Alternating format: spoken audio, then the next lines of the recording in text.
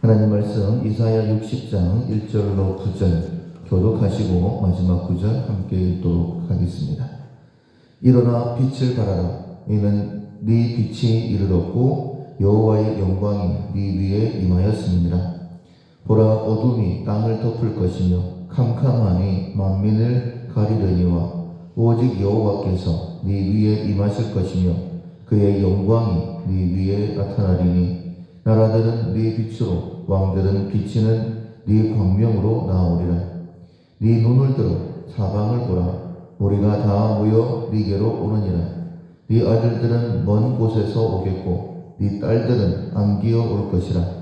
그때에 네가 보고 기쁜 빛을 내며 네 마음이 놀라고 또 화창하리니 이는 바다의 부가 네게로 돌아오며 이방 나라들의 재물이 네게로 옴이라. 헛한 낙타 미디안과 에바의 어린 낙타가 네 가운데에 가득할 것이며 스바 사람들은 다 금과 유향을 가지고 와서 여호와의 찬송을 전파할 것이며 게달의 양 무리는 다 네게로 모일 것이요 느바요새 숫양은 네게 공급되고 내 제단에 올라 기꺼이 받음이 되리니 내가 내 영광의 집을 영화롭게 하리라. 저 구름같이 비둘기들이 네 그 보금자리로 날아가는 것 같이 날아오는 자들이 누구냐? 곧 섬들이 나를 앙망하고 다시스의 배들이 먼저 이르되 먼 곳에서 네 자손과 그들의 임금을 아울러 싣고 와서 네 하나님 여호와 이름에 드리려 하며 이스라엘의 거룩한 이에게 드리려 하는 자들이라. 이는 내가 너를 영화롭게 하였습니다. 아멘. 일어나 빛을 발하라 라는 제목으로 함께 은혜를 나누겠습니다. 서론 같이 읽겠습니다. 어둠 속에 갇힌 유다에게 빛이 임한다. 여호와의 영광이다. 이방 나라들이 많은 재물과 함께 이 빛을 보고 모여든다. 시온이 새롭게 되며 무너진 성읍이 재건된다. 이로써 하나님께서 친히 다스리시는 한 나라가 탄생한다. 이사야서에서 가장 유명한 성경 구절 중에 하나가 바로 오늘 본문에 나와 있는 일어나 빛을 발하라 라는 내용입니다. 우리의 삶이 어두움에 있었었고 절망 가운데 있었었죠. 그런데 회복을 말씀하신 하나님께서 이렇게 내가 너희들을 회복한다. 그러니 내게 돌아오라 라고 말씀하시면서 회복 정도가 아니라 아브라함을 부르셨을 때에 너가 복이다, 복의 통로다 라고 말씀하신 것처럼 빛을 발하라 라고 말씀하시는 거예요. 그것은 하나님의 영광의 빛이 우리 가운데 임하였기 때문이다 라고 말씀을 하십니다. 구원은 이미 이루어졌고 영광의 빛이 우리 가운데 임하였습니다. 예수님께서 우리를 구속하셨고 성령께서 우리와 함께 하시기 때문이죠. 따라서 오늘 본문 말씀은 장차 이루어질 말씀일 뿐만 아니라 이미 이루어진 말씀인데 내가 지금 누리지 못하고 있었구나 라고 깨달으시고 이 삶을 회복해야 되겠다라는 결단으로 오늘 말씀을 들으실 수 있기를 원합니다. 하나님께서 내게 명령하시는 것입니다. 이 명령을 따라서 다시 한 번 더 일어나서 빛을 발하고 또 많은 영혼들을 주님께로 인도하고 또 하나님께 주시는 그 복들을 더 풍성하게 누리는 우리가 되기를 소원합니다. 1번 영광이 임하다 같이 한번 읽어보겠습니다. 하나님께서 자기 백성을 향해 명령하신다. 일어나 빛을 발하라. 그러나 곧이어 백성이 빛을 발할 수 있는 이유를 말씀하신다. 여호와의 영광이 임했기 때문이다. 여호와의 영광과 빛은 구약에서 하나님의 임재를 상징하는 표현이다. 특별히 영광의 임재는 그분의 성소에 가득한 구름 임재와 동의하여 어둠을 뚫고 임하시는 여호와의 영광은 자기 백성과 함께 거할 장막을 지시는 임재이다. 강한 용사로 임하셔서 자기 백성을 죄에서 구원하시고 대적들을 무찌르신 하나님께서 이제 자기 백성과 함께 하시며 그리스도의 성육신에서 우리는 이 약속의 성취를 듣는다. 말씀이 육신이 되어 우리 가운데 거하심에 우리가 그의 영광을 보니 아버지의 독생자의 영광이요 은혜와 진리가 충만하더라. 그리스도는 하나님과 백성이 만난 장막을 치셨다. 참으로 그리스도는 어두움에 비치는 빛이셨다. 승천하신 그리스도께서는 성령을 보내셔서 하나님의 집인 교회를 건축하셨다. 하나님께서는 이 땅에 교회라는 영광스러운 집을 창조하셨고 지금껏 인도하셨고 앞으로도 보존하신다. 하나님의 구속사는 그리스도의 성육신을 지나 교회의 탄생과 보존까지 이른다. 우리가 바로 그 구속사의 물결 속에 살아간다. 1절에 보면 빛을 발하라 라고 말씀하시죠. 그런데 일어나라 라고 말씀하십니다. 우리가 절망 가운데 있었고 우리가 어둠 가운데 있었다라는 뜻이죠. 그래서 일어나야 됩니다. 지금 내가 가지고 있는 패배의식에서 안 된다라는 절망 가운데서 반드시 일어나셔야 됩니다. 그 이유가 무엇이냐면 네 빛이 이르렀고 여호와의 영광이 네 위에 임하였다. 구원의 빛이 우리에게 비추어졌습니다. 그리고 하나님의 영광이 마치 아침 해처럼 우리 위에 임하였기 때문이죠. 그렇다면 왜 우리에게 이 빛을 발하라 라고 말씀을 하셨을까? 세례 요한이 이 빛에 대하여 증거했다라고 말씀하고 있죠. 요한복음 1장 8절에 보면 그것처럼 우리가 빛을 발하는 것은 이 빛을 증거하는 것이다 라고도 말씀드릴 수 있습니다. 왜 이 빛을 발하야 될까? 2절에 보면 보라 어둠이 땅을 덮을 것이며 캄캄함이 만민을 가리려니와 어둠과 캄캄함이 세상 가운데 만연해 있기 때문입니다. 무엇이 진리인지 무엇이 길인지 알지 못해서 그냥 헤매고 있는 이 땅의 사람들이죠. 단지 이 땅에서 먹고 마시고 즐기는 것 외에는 소망이 없는 자들입니다. 그런데 오직 여호와께서 네 위에 임하실 것이며 그의 영광이 네 위에 나타나리니 라고 말씀을 하십니다. 세상이 어두운데 하나님께서 오직 우리 위에 영광으로 빛으로 임하신다 라고 말씀을 하시는 거예요. 마치 태양빛을 받아서 달이 별이 반짝이는 것처럼 그 빛을 받아 비출 수 있는 것은 우리밖에 없기 때문에 하나님께서 빛을 발하라 라고 말씀하시는 것입니다. 우리는 빛이 아닙니다. 그러나 우리에게 임하신 그 빛을 발하게 되어질 때에 어떤 결과가 있게 되어지느냐? 나라들은 네 빛으로, 왕들은 비치는 네 광명으로 나오리니. 그러니까 세상이 우리에게로 나오게 된다라고 말씀을 하시죠. 4절에 네 눈을 들어 사방을 보라. 무리가 다 모여 네게로 오느니라. 네 아들들은 먼 곳에서 오겠고 네 딸들은 안기어 올 것이다 라고 말씀하십니다. 우리가 일어나서 내게 임하신 그 빛이 세상의 소망이다라는 믿음을 가지고 빛을 비추게 되어지면 세계의 열방이 우리에게로 나오게 된다라고 말씀을 하시죠. 그런데 나올 때 그냥 나오는 것이 아니라 부와 재물을 가지고 나오게 된다라고 말씀을 하십니다. 5절에 그때에 네가 보고 기쁜 빛을 내며 네 마음이 놀라고 또 화창하리니 이는 바다의 부가 네게로 돌아오며 이방 나라들의 재물이 네게로 오미니라. 할렐루야. 지금은 하나님께서 우리에게 허락하신 이 부와 재물을 누리지 못하고 있는 것처럼 보입니다. 그것은 우리가 사명을 감당하지 못하고 오히려 우리가 어두운 가운데 거했었기 때문이죠. 그런데 내게로 나오라, 내가 너희를 회복시키겠다 라고 말씀하신 그 말씀을 믿고 하나님께로 나아갈 때에 하나님께서 선하시고 신실하시고 풍성하신 하나님이신 것을, 우리를 위하여 천지 만물을 창조하신 하나님이신 것을 우리에게 나타내 주시는데, 제가 자주 말씀을 드리는 것처럼 악인의 재물은 의인을 위하여 쌓인다라고 말씀하신 것처럼 쌓여있던 그 물이 우리에게로 흘러 들어오게 된다라고 말씀을 하시죠.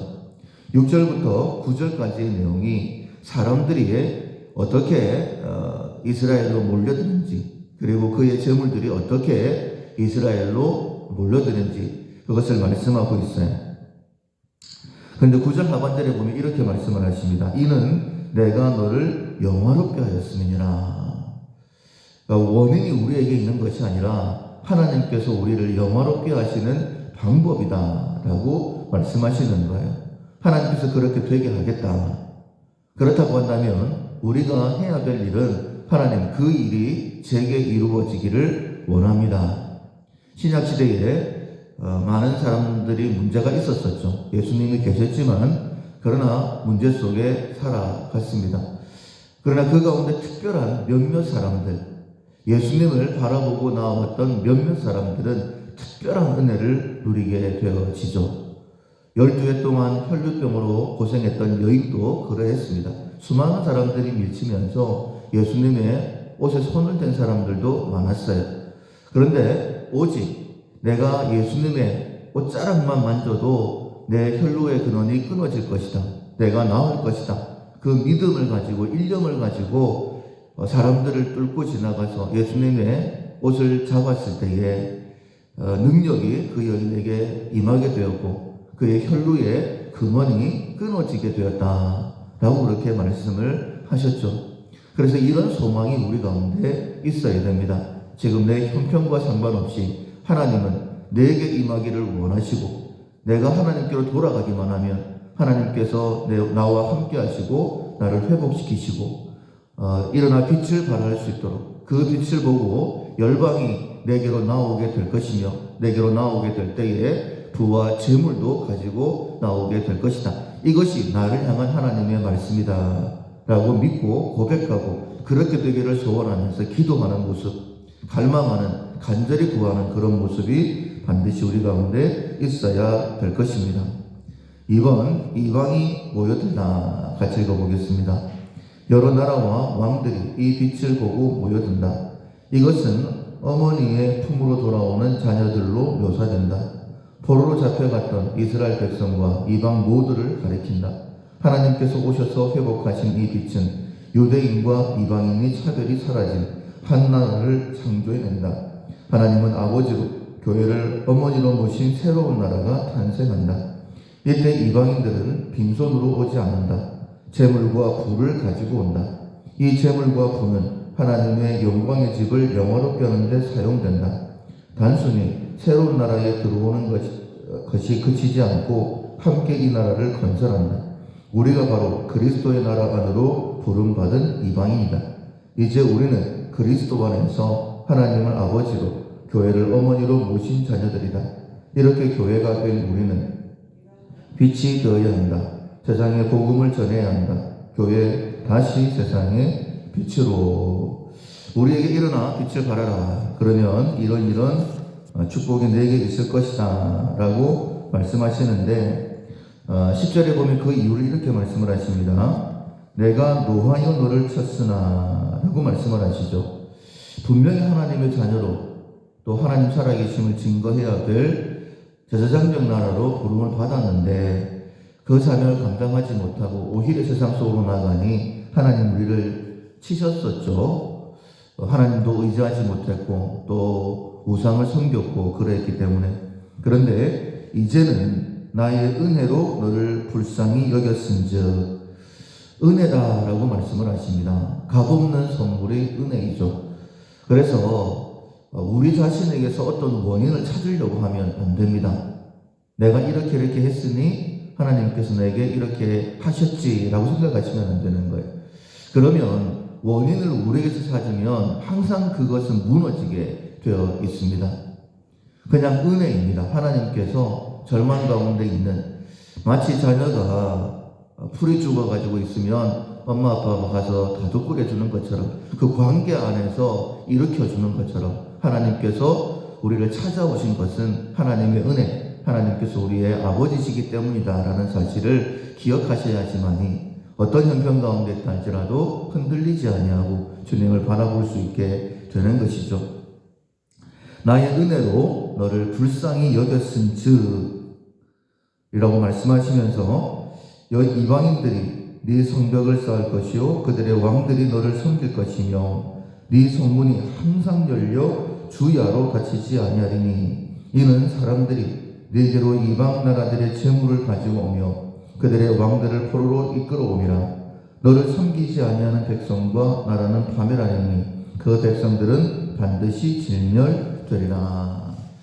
하나님께서 문을 활짝 열어놓으시고 마치 전쟁에 승리하고 돌아오는 개선문이 열려있는 것처럼 너의 삶이 이렇게 열려있게 될 것이다 라고 말씀하시죠. 하나님의 축복입니다. 별로 설명이 필요 없을 것 같아요. 너무너무 우리에게 힘이 되는 말씀이니까 우리 같이 먼저 16절까지 13절부터 같이 읽어보겠습니다. 레바논의 영광 곧 잣나무와 소나무와 황향목이 함께 네게 이르러 내 거룩한 곳을 아름답게 할 것이며 내가 나의 발 둘 곳을 영화롭게 할 것이라. 너를 괴롭히던 자의 자손이 몸을 굽혀 네게 나오며 너를 멸시하던 모든 자가 네 발 아래에 엎드려 너를 일컬어 여호와의 성읍이라 이스라엘의 거룩한 이의 시온이라 하리라. 전에는 네가 버림을 당하며 미움을 당하였으므로 내게로 가는 자가 없었으나 이제는 내가 너를 영원한 아름다움과 대대의 기쁨이 되게 하리니 네가 이방 나라들의 젖을 빨며 뭇 왕의 젖을 빨고 나 여호와는 네 구원자 네 구속자 야곱의 전능자인 줄 알리라. 하나님께서 알게 하시는데 우리가 얼마나 복된 사람인가 하는 것을 알게 해주시겠다라고 말씀하시는 것이죠. 계속되어지는 축복입니다. 17절에 내가 금을 가지고 놋을 대신하며 은을 가지고 철을 대신하며 놋으로 나무를 대신하며 철로 돌을 대신하며 화평을 세워 관원으로 삼으며 공의를 세워 감독으로 삼으리니 다시는 강포한 일이 네 땅에 들리지 않을 것이요 황폐와 파멸이 네 국경 안에 다시 없을 것이며 네가 네 성벽을 구원하라 네 성문을 찬송하라 부를 것이니라. 다시는 낮의 해가 내 빛이 되지 아니하며 달도 내게 빛을 비추지 않을 것이요 오직 여호와가 네게 영원한 빛이 되며 네 하나님이 네 영광이 되리니 다시는 네 해가 지지 아니하며 네 달이 물러가지 아니할 것은 여호와가 네 영광의 빛이 되어 네 슬픔의 날이 끝날 것임이니라. 할렐루야.